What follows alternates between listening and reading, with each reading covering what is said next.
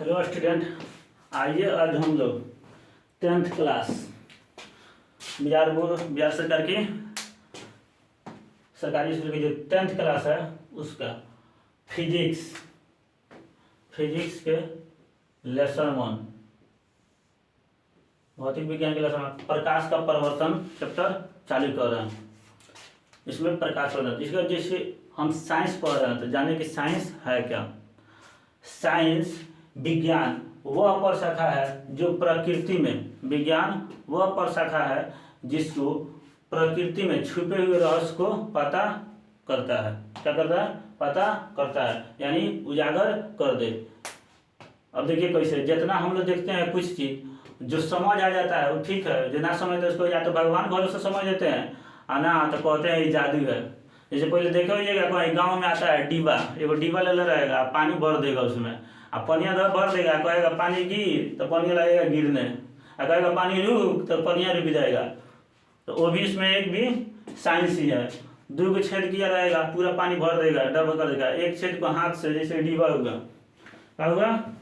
ये डिब्बा में हम पानी पूरा भर दे, आ यहाँ एक छेद कर दे, आ यहाँ दब दे, तो नीचे एक छेद कर देगा, तो ऊपर से ढक्कन बंद रहेगा। तो ढक्कन बंद रहेगा तो नीचे तो पानी कब गिरेगा? जब ऊपर से एयर जाएगा तब न। कभी किसी को देखे हैं पानी चढ़ते हुए ऊपर टांग दिया जाता है, और ऊपर नीचे से पानी गिरेगा तो ऊपरवा से एक अलग से सुई धक घोंप देता है डॉक्टर, जो कंपाउंडर होता है वो डॉक्टर घोंप देगा ऊपर से, और तब एयर ऊपर जाएगा तब गिरे। कभी जाइएगा ना हॉस्पिटल में, किसी को पानी चढ़ते होगा, ऊपर में सुई तक जाम कर दीजिएगा, हाथ पर सदा को पकड़ेगा, 10 मिनट खड़ा हो जाइएगा। अगर ब्लड चढ़ता होगा ना तो पता चलेगा कि ब्लड रुक गया, आदमी मर गया।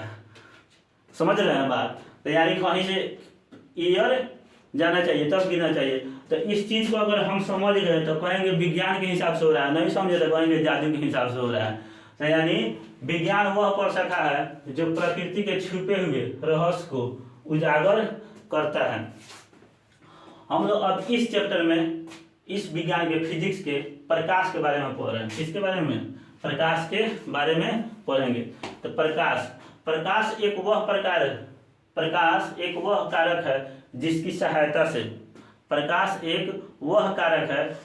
सहायता से हम किसी वस्तु को देखते हैं। यानी सीधी भाषा में कहें तो हमारा आंखों में कुछ न देखता है। समझ आया?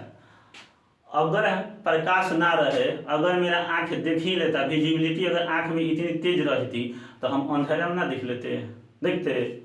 लेकिन ऐसा होता है नहीं, प्रकाश के माध्यम से मेरी आंख देखती है। हाँ, ये नहीं है कि आंधा आदमी का प्रकाश रहता अंजूर में लेके चल दीजिएगा तो अंधेरे देख लेगा, नहीं। आंख के वैल्यू है, लेकिन कब आंख अंधा कब हो जाता है? जब प्रकाश ना रहे।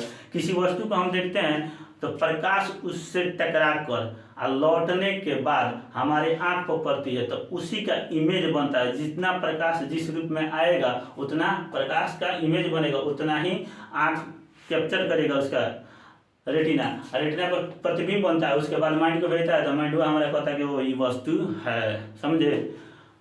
तो प्रकाश की सहायता से हम किसी वस्तु को देखते हैं। अगर प्रकाश ना रहे तो हम कोई वस्तु नहीं देख पाएंगे। उसके बाद देखिए, प्रकाश का अपना कोई रंग नहीं होता है, यानी प्रकाश किसी कलर का नहीं होता है।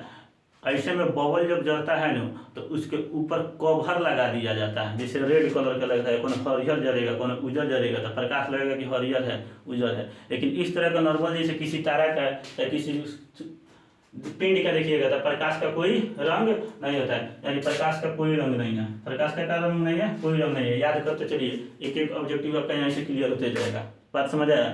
किसी वस्तु को हम देखते हैं के लिए क्या करते हैं? प्रकाश का यूज करते हैं। प्रकाश का कोई रंग नहीं होता है। वस्तु पर पड़कर, देखिए, वस्तु पर पड़कर यह उससे दृश्यमान बनाता है, यानी देखने योग्य बना देता है। इस तरह वस्तु नहीं दिख पाती है, यानी वस्तु पर पड़ेगा, पड़ने के बाद हम लोग को देखने योग्य बना देता है। प्रकाश एक विद्युत चुंबकीय तरंग है। विद्युत चुंबकीय तरंग बहुत इंपॉर्टेंट क्वेश्चन है, VVI लिखिए। प्रकाश एक विद्युत चुंबकीय तरंग है। इलेक्ट्रोमैग्नेटिक वेव विद्युत चुंबकीय, यानी एक तरंग के रूप में चलता है। प्रकाश क्या चलता है? प्रकाश एक तरंग के रूप में चलता है। शून्य में प्रकाश की चाल अधिकतम होती है। तो समझिए शून्य क्या है। जैसे हम यहाँ हैं तो आपको लग रहा है कि हम कैमरा के सामने अकेले हैं, कोई नहीं है, पूरा खाली है। शून्य मतलब खाली, लेकिन यहाँ खाली है नहीं, यहाँ वायु का भरपूर भरा हुआ है चारों तरफ से।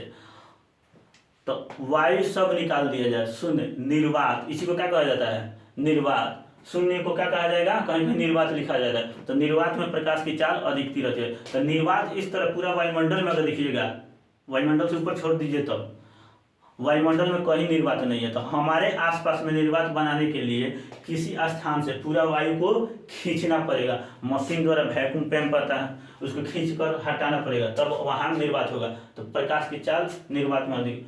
सूर्य के बाद जो सूर्य जैसे है, सूर्य के बाद अंतरिक्ष। तो अंतरिक्ष में किसी प्रकार का वायु, किसी का वायुमंडल नहीं है अंतरिक्ष में, तो वहाँ शून्य होता है। क्या होता है? शून्य। तो शून्य में प्रकाश, वहाँ प्रकाश की चाल बहुत तेजी से आती है। सूर्य से प्रकाश की चाल बहुत तेजी से आती है। तो शून्य में प्रकाश की चाल कितनी है? शून्य में प्रकाश की चाल कितनी होती है?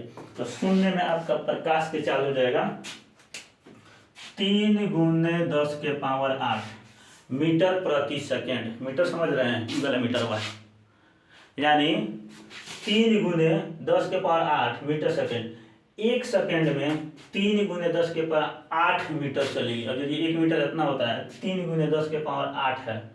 इस तरह अर्थात 3 लाख किलोमीटर प्रति सेकेंड, यानी एक सेकेंड में 3 लाख किलोमीटर जाएगी। हम लोग का बाइक जो चलता है, बाइक, उसका स्पीड रहता है 75, 70, 80 को तक आता है, तो कहता है कि हवा में उधिया दिया। तो 80 किलोमीटर प्रति घंटा रहता है, यानी 1 घंटा में वो 80 किलोमीटर जाएगा।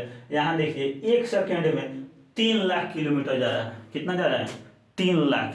1 सेकेंड में 3 लाख। देखिए प्रकाश की चाल कितना भयानक है। दोनों याद रखना है, 3 × 10⁸ मीटर प्रति सेकेंड या 3 लाख किलोमीटर प्रति सेकेंड। ये देखिए ये चेंज हुआ है। यहाँ जिसे इसको गुना कीजिएगा ना, 3 लाख लिखिएगा, इकाई, दहाई, सैकड़ा, हजार, 10,000, लाख। इकाई, दहाई, सैकड़ा, हजार, 10,000, लाख। 3 लाख हो गया। जीरो कितना हुआ जी? 1 2 3 4 5, 5 को जीरो होगा। लेकिन यहाँ जीरो 3 पर कितना है? इसका मतलब हुआ 3 × 10⁸, यानी 8 को जीरो होना चाहिए, लेकिन यहाँ 5 को जीरो होगा। 1 किलोमीटर में 1000 मीटर होता है, तो ये मीटर में है, आई का है किलोमीटर में, इसलिए 3 जीरो यहाँ पे कम हो गया। बात समझ आया? 1 किलोमीटर में 1000 मीटर।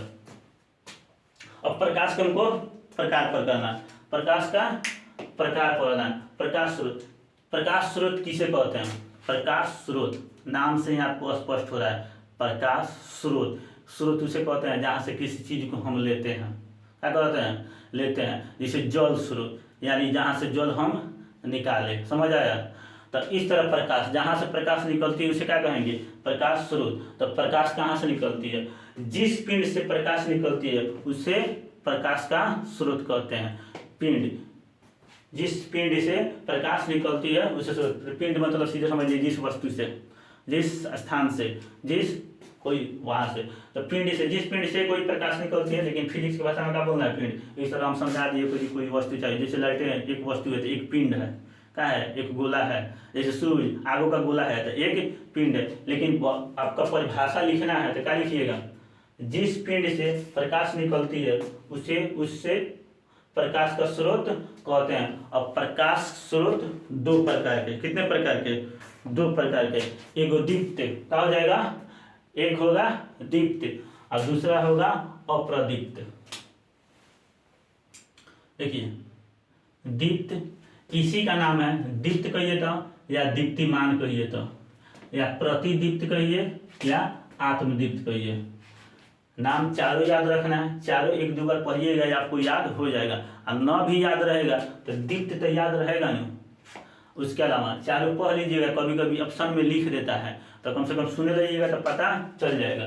दीप्त, दीप्तमान, प्रतिदीप्त और आत्मदीप्त। दीप्त पिंड कहिए या दीप्तिमान पिंड कहिए या प्रतिदीप्त पिंड कहिए या आत्मदीप्त कहिए, चारों के चारों बात बराबर है। जिस पिंड से प्रकाश जो पिंड प्रकाश स्वयं उत्सर्जित करे, प्रकाश स्वयं उत्सर्जित करे यानी उसका अपना प्रकाश हो, कहो अपना प्रकाश हो, उसे प्रतिदीप्त पिंड कहते हैं। क्या कहते हैं? उसे प्रतिदीप्त पिंड कहते हैं। उसी को दीप्त कहिए, प्रतिदीप्त कहिए, दीप्तिमान कहिए, उसे प्रतिदीप्त पिंड कहते हैं। जैसे सूर्य, बात समझे? सूर्य का अपना प्रकाश है, किसी से लेके हमको ना देता है, बात समझे? अगर हम किसी से लेकर आ रहे थे वो अपना ना हुआ, दूसरे किसी का हुआ, तो सूर्य का अपना प्रकाश होता है। तारा, सूर्य एक तारे है तो तारा के उदाहरण में एक सूर्य आता है, यानी उस तरह हम लोग को पूरा ब्रह्मांड में लाखों गैलेक्सी है, तारा है। तो तारा, लालटेन, लालटेन का अपना प्रकाश होता है, लालटेन का अपना प्रकाश होता है। मोमबत्ती जलता है तो उसका अपना प्रकाश होता है। तो जो पिंड, ये सब पिंड है, ये सब क्या हुआ? एक पिंड के रूप में है। तो सूर्य हो गया, तारा, लालटेन, मोमबत्ती, इस सब को आप क्या कहेंगे? दीप्त पिंड, दीप्तिमान कहिए, आप प्रतिदीप्त कहिए, आत्मदीप्त कहिए। अधिकांश आपको दो गो मिलेगा, कहीं ये दीप्त मिलेगा और प्रतिदीप्त मिलेगा। ये बात समझ आ गई होगी। अब देखिए दूसरा है अप्रदीप्त या अप्रतिदीप्त। ये प्रतिदीप्त है, ये याद रहेगा ना तो आपका नीचे वाला याद हो जाएगा। प्रतिदीप्त, किसी को निगेटिव में बदलना होता है तो अ लगा देते हैं, अप्रतिदीप्त। तो एगो दीप्त पिंड, प्रतिदीप्त पिंड, एगो दूसरा है आपका अप्रतिदीप्त पिंड। जिस पिंड से प्रकाश स्वयं उत्सर्जित ना हो, जो पिंड स्वयं प्रकाश उत्सर्जित ना कर सके, जो पिंड स्वयं प्रकाश उत्सर्जित ना कर सके, उसे अप्रतिदीप्त पिंड कहते हैं, या अप्रदीप्त भी कहीं लिख देता है। जैसे चंद्रमा, चंद्रमा का हम लोग जैसे कोई नहीं जानता होगा तो वो सोचेगा कि चंद्रमा का प्रकाश अपना है, नहीं। सूर्य के प्रकाश को परावर्तित करके पृथ्वी तक पहुंचाता है। सूर्य के प्रकाश को परावर्तित करके कहाँ तक पहुंचाता है? पृथ्वी तक पहुंचाता है। तो चंद्रमा लगता है कि चमक रहा है, चंद्रमा का अपना प्रकाश होता है। चंद्रमा का अपना प्रकाश नहीं होता है। ईंटा, समझ रहे हैं? ईंटा, किताब, लकड़ी, ये सब किस में आएगा? अप्रतिदीप्त में। ये सब का प्रकाश नहीं होता। भले चमक जाए, दिख जाए, वहां से लगे कि प्रकाश परावर्तित हो रहा है, कि जैसे कि ईंटा है, आज जैसे टॉर्च मारे और वहां से चमक कर हम लोग की तरफ आ जाए थोड़ा सा, चाहे किताब पर, तो ये उसका प्रकाश नहीं है। जो पिंड स्वयं प्रकाश उत्सर्जित नहीं करे उसे अप्रतिदीप्त पिंड करे, यानी प्रकाश उत्सर्जित नहीं कर रहा है। बात समझिए। किरण पुंज, देखिए किरण पुंज क्या कहते हैं? किरणों के समूह, किरणों के समूह, उसे क्या कहेंगे? किरण पुंज। प्रकाश स्रोत अपने में से किरणों के समूह के रूप में, प्रकाश स्रोत अपने में से किरणों के समूह के रूप में प्रकाश निकालता है, उसे उन किरणों के समूह को प्रकाश पुंज कहिए या किरण पुंज कहिए। यानी हम लोग जैसे टॉर्च बारते हैं तो क्या एगो प्रकाश निकलता है, प्रकाशों के किरणों का समूह निकलता है। किरण देखिए किसे कहते हैं? किरण जी, एक स्थान से उत्पन्न हो और दूसरे तरफ बढ़ जाए, उसको किरण कहते हैं। क्या कहेंगे? किरण। किरण किसी लड़की का नाम भी होता है। तो किरण जब कहें किसे कहते हैं तो ना कहना है कि किरण फलना कहते हैं। किरण किसी प्रकाश स्रोत से निकल कर जब सीधी एक रेखा में गमन हो जाए उसे किरण कहते हैं। तो इस तरह का एक ना निकल कर प्रकाश किरणों के समूह में निकलता है। किस में निकलता है? जैसे समझिए टॉर्च है, क्या है? टॉर्च। तो प्रकाश किसने निकला? किरणों के समूह में निकल रहा है। अब किरण पुंज के गमन यानी चलने की दिशा के हिसाब से तीन भागों में, चलने की दिशा पर तीन आधार है। जिसे किरण पुंज किस तरह से गमन करता है, इसका तीन है। तो अगला हम वीडियो में पढ़ेंगे। तब तक के लिए इतना ही।